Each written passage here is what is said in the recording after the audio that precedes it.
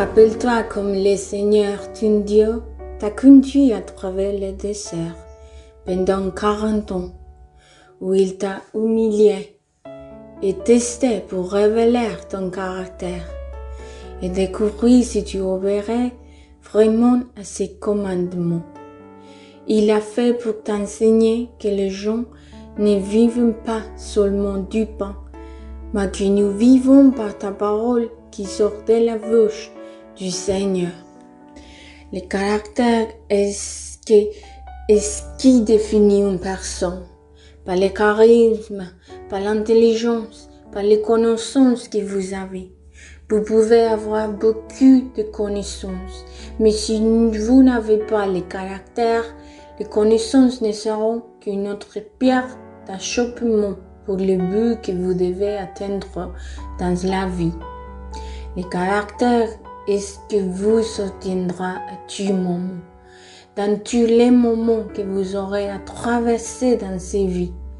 Si nous n'avons pas le caractère fondé sur l'héros, qui est le Seigneur Jésus, il est fort probable que nous soyons inconstants et que nous nous laissons emporter, que nous soyons emportés par n'importe quel vent, par n'importe quelle situation adverse qui se présente à nous. Parfois, nous devenons doubles d'esprit. Aujourd'hui, nous pouvons nous réveiller heureux et demain nous réveiller mauvais. Mais rappelez-vous quelque chose. Nous ne vivons pas par nos émotions. Nous ne vivons pas par ce que ce monde a essayé de semer à nous pour changer notre humeur. Nous sommes des êtres émotionnels, mais nous ne devrions pas vivre soumis à nos émotions. Parce que vivre soumis aux émotions, vivre soumis à ce que le cœur pense ou ressent, c'est vivre la vie d'une manière inexacte. C'est comme le livre de Jacques nous dit quand il dit qu'une personne double d'esprit est comme les vagues de la mer. Il va et vient pour être guidé par le cœur, mais par un corps qui n'a pas une bonne fondation, mais par un cœur qui n'a pas un bon début, par un corps qui a été maltraité. C'est marquer votre vie, c'est endommager votre vie, c'est peut-être avant de commencer. Et c'est pourquoi lorsque moi parlais au peuple d'Israël, dans le chapitre 8 du Deutéronome, il leur rappelle leur passage à travers le désert, était de leur montrer ce qui était dans leur cœur. Dans cette traduction, il dit, il vous a mis à l'épreuve pour révéler votre caractère. Savez-vous qui vous êtes? Je ne parle pas de ce que vous montrez aux gens comme vous êtes avec eux, mais de ce que vous êtes vraiment quand vous êtes dans l'intimité. C'est dans l'intimité, c'est dans les secrets où nous révélons ce qui est dans notre cœur. C'est dans les moments de l'épreuve au désert où Dieu nous fait voir ce qui est vraiment à nous. Nous pensons que tout va bien. Nous pensons que nous sommes bien. Mais quand nous faisons la face au désert, il révèle qui nous sommes vraiment. Il montre ce qu'il y a dans notre caractère et ne pas se cacher sous l'excuse. C'est comme ça que Dieu m'a fait. C'est comme ça que je suis. Non, c'est pour que tu puisses voir ce qu'il y a dans ton cœur et que tu puisses te rendre compte que seul le Seigneur peut le transformer. Tu peux construire beaucoup de choses dans la vie, mais si tu n'as pas de bonne fondation, il est fort probable qu'à la première circonstance difficile qui se présentera, tu s'effondreras. Une fois, j'ai entendu quelqu'un prier et cette personne a dit, Seigneur, ne me laisse pas monter là, où mon caractère ne peut pas me soutenir. Et je suis restée dans la prière. Et en méditant, je peux découvrir que c'est une réalité. Vous pouvez construire beaucoup de choses, mais la question n'est pas de construire, mais comme soutenir ce qui est construit. Nous recherchons la connaissance. Nous nous préparons à être des professionnels, mais nous ne cherchons pas à être traités pour avoir un caractère qui puisse nous soutenir. Quand je vous parle de caractère, je ne parle pas de tempérament, car vous pourriez penser que j'ai un fort caractère. Non. Peut-être avez-vous un fort tempérament, et quand Dieu entre dans votre vie, la première chose sur laquelle le Seigneur travaille est votre caractère. Parce que le caractère définit qui vous êtes. Et si vous avez un caractère ancré en Jésus, ancré en Dieu, alors vous pouvez voir la vie de la perspective de Dieu et avoir la sagesse pour faire face à la vie et à toutes les choses qui viennent sur votre chemin. Parce que je veux faire quelque chose de très clair.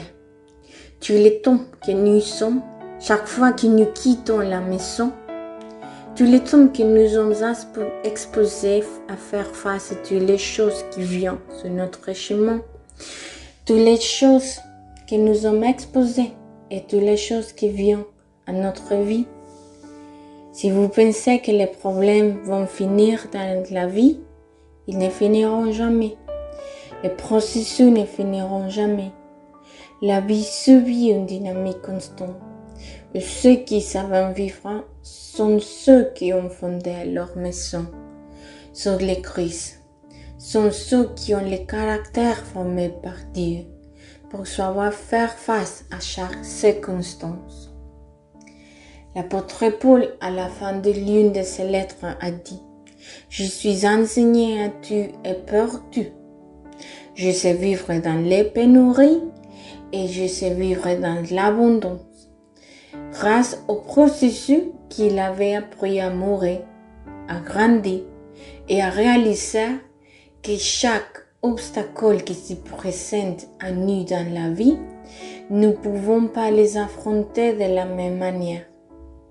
Il y a toujours quelque chose de plus.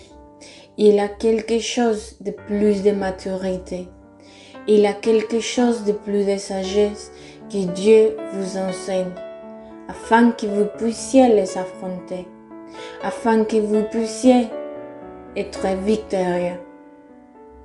Le caractère révélera l'attitude que vous avez à chaque moment de notre vie.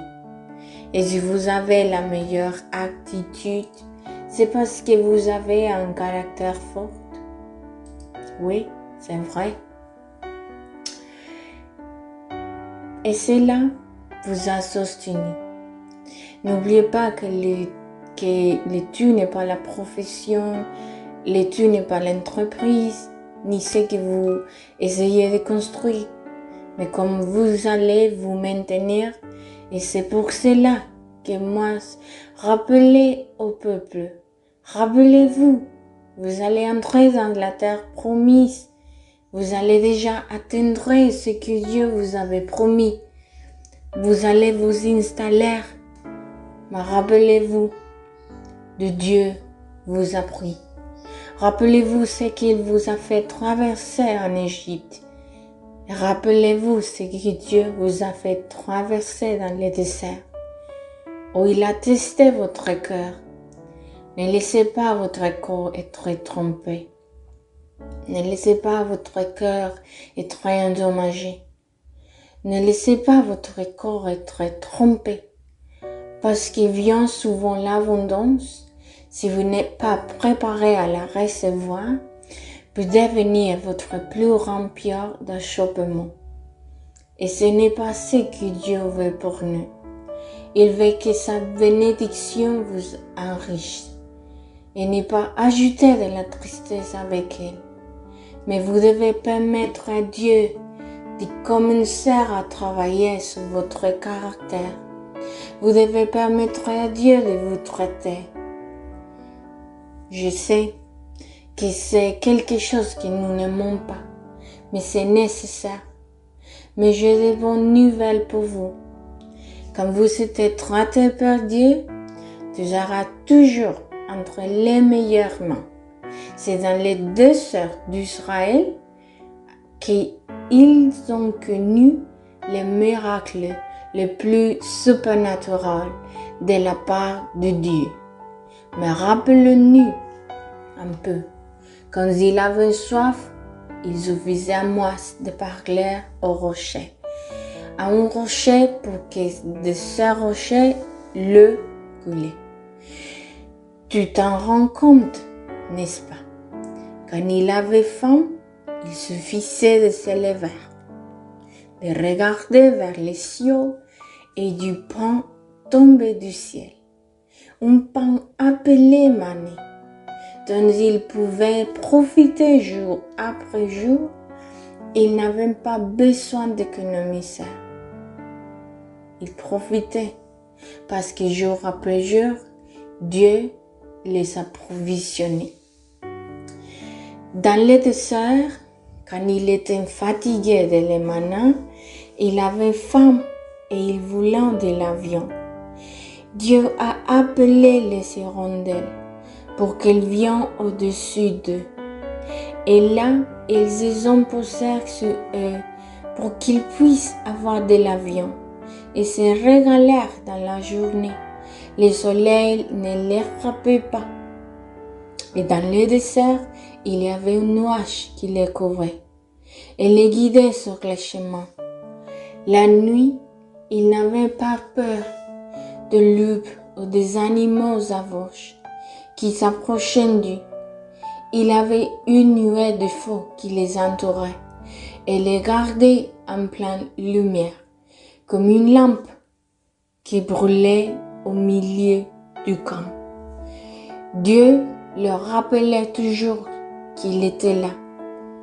Que s'est-il passé d'autre dans le désert lorsque leurs ennemis se sont levés pour les détruire? Le Seigneur a combattu pour eux. Dans le désert, ils ont dépendu du Seigneur. Ils ont été poursuivis. Mais Dieu leur a toujours montré son grand amour et sa miséricorde. Vous pouvez vous plaindre et ne pas voir qu'au milieu de circonstances difficiles, le Seigneur vous a soutenu et continue de vous bénir. Vous pouvez être en rang et vous plaindre de ce que vous n'avez pas et dire combien de temps vais-je souffrir. Vous ne pouvez pas apprendre du processus et remercier Dieu parce qu'au milieu de ces processus, il est en train de modeler le caractère dans votre vie pour vous soutenir et pour que vous pouvez s'élever du problème et résister à ce qui est à venir. Alors, dans le désert, Israël était revêtu d'un vêtement qui ne vieillissait pas. Dans le désert, il avait une chaussure qui ne vieillissait pas. Toujours la miséricorde de Dieu était présente. Il ne manquait pas de nourriture. Il ne manquait pas de vêtements ni de subsistance. Alors, souvenez-vous d'une chose. Si vous traversez aujourd'hui ce qu'on appelle un processus ou un désert, souvenez-vous que la main de Dieu est sur vous et qu'au milieu de ces circonstances difficiles, c'est là que vous allez être témoin du surnaturel de Dieu sur votre vie. Mais souvenez-vous, Dieu travaille toujours dans un but précis. Et la première chose que Dieu travaille en vous s'appelle les caractères. Père, je te remercie pour ta parole et merci pour ce que tu nous enseignes. Tu nous fais apprendre, Seigneur, que la chose la plus importante n'est pas ce que les mondes nous vend comme succès, des trésors en pinacle et de tout avoir, mais de te réfugier dans les caractères pour apprendre à se tenir et être stable à tout moment, ayant des convictions fortes et sereines, et confiant que tu es toujours là. Les processus vont et viennent. Ils sont individus et enfants. Mais aidez-nous à comprendre, Seigneur, l'importance de ces processus et ce que tu travailles dans les cœurs, afin que nous n'avons pas encore meurtri et que nous ne soyons pas emportés par les émotions du moment, mais que nous ayons la sagesse de savoir comment faire face à chaque fois et en toi sortir victorieux. Aidez-nous à comprendre que tant que nous sommes en vie, il y aura toujours des défis, il y aura toujours des déserts, mais cela n'a fait que garantir quelque chose, que toujours ta présence sera notre soutien. Merci Seigneur. Amen. Aujourd'hui, je vous parle, les pasteurs et amis Elias Hoyos. Ne luttez plus.